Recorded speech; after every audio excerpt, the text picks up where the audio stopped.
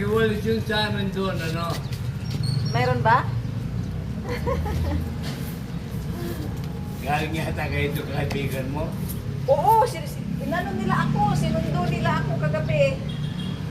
Kasi nga, yun na, para makita yung yung kapatid ni, ni Ate Seni. Ha? Mabait yung mabait siya. Namimigay ng pera. Oo, siyempre, kaibigan mo. Mga 1,000 ako kagabi.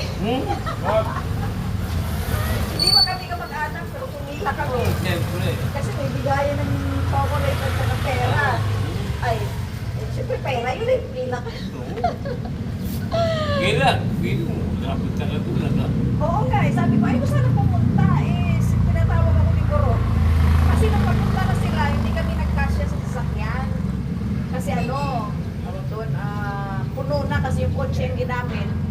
Tapos nung bumalik siguro, nalato. Kaya, Yes. nagis na kita bumaba eh. Sinundo ako. Eh, di ako ata nakauwi sa Rida eh. Ah, Di ba ata nakauwi? sino? Si Rida. Hindi uwi yun. Siyempre nandun. Hindi akala mo, graduation ng apo niya eh, si Baby Cell. Makamaya-maya siguro. Siyempre, Kaya nga kasi, bibigay mo na ang hindi, sabi niya special daw sa kanya eh. So, hindi mo na uuwi yan, kahit wala pa yung niya. Kaya lang, nag-inabi na kami. Marami pa. Oo, Wala na yung lechon. Mapunat na. Oo.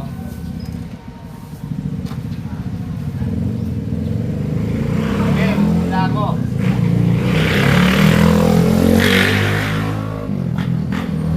Ha? Nagkape na kayo? Oo. May picture ka ba?